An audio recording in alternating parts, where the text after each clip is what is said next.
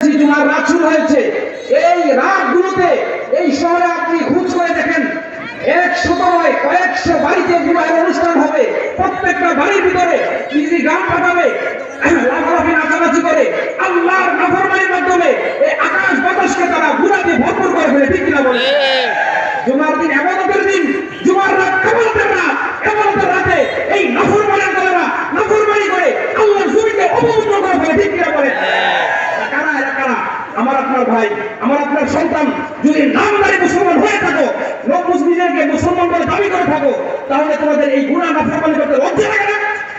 এই জন্য যারা ইমানদার তারা কখনো রাতকে গান বাজনা করে নাফরমানির মাধ্যমে নাপাক করতে পারে না। ঠিক কিনা বলেন? 2 নম্বর আরেকটা গুনাহ, এই জুমার দিনে প্রায় সবাই ছুটি থাকে, প্রায় বিভিন্ন অফিস আদালত মিল ফ্যাক্টরি বন্ধ থাকে।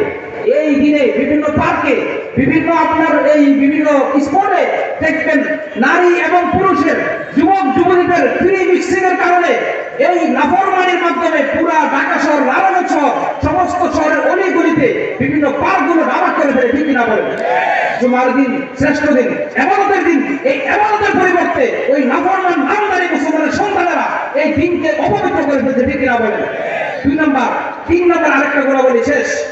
যুবক ভাইরা কষ্ট পাবেন, অনেক ভাইরা এখানে যারা বসে আছেন আপনারাও কষ্ট পাবেন, কিন্তু হক কথা আলাদা ওলামারা বলতে হবে। ঠিক কিনা বলেন?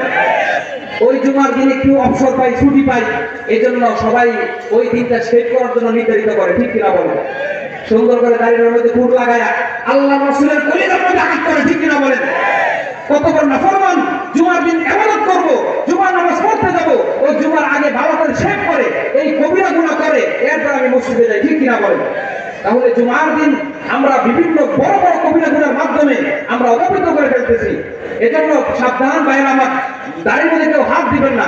যদিও আপনি শয়তানের কারণে ঢোকায় পরে আপনি ইবাদত করতে পারতেছেন না, দাড়ি রাখতে পারতেছেন না, এটা পারলে অন্যদিন করেন।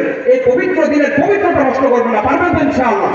আল্লাহ তাআলা আমাদের প্রত্যেকটা মুসলমান ভাই বোনদেরকে, যুবক যুবতীদেরকে, প্রত্যেকটা মুসলমান উম্মতকে এই ধরনের বিবাহের অনুষ্ঠানের নামে নাফরমানি থেকে, এরপরে বিভিন্ন পার্কে গিয়ে গিয়ে নাফরমানি থেকে, এরপরে দাড়ি শেভের মাধ্যমে নাফরমানি থেকে হেফাজত করেন। সবাই বলেন আমিন। ওয়া আখিরু দাওয়ানা আলহামদুলিল্লাহি রাব্বিল আলামিন। আসসালামু আলাইকুম ওয়া রাহমাতুল্লাহি ওয়া বারাকাতুহু। আলহামদুলিল্লাহ।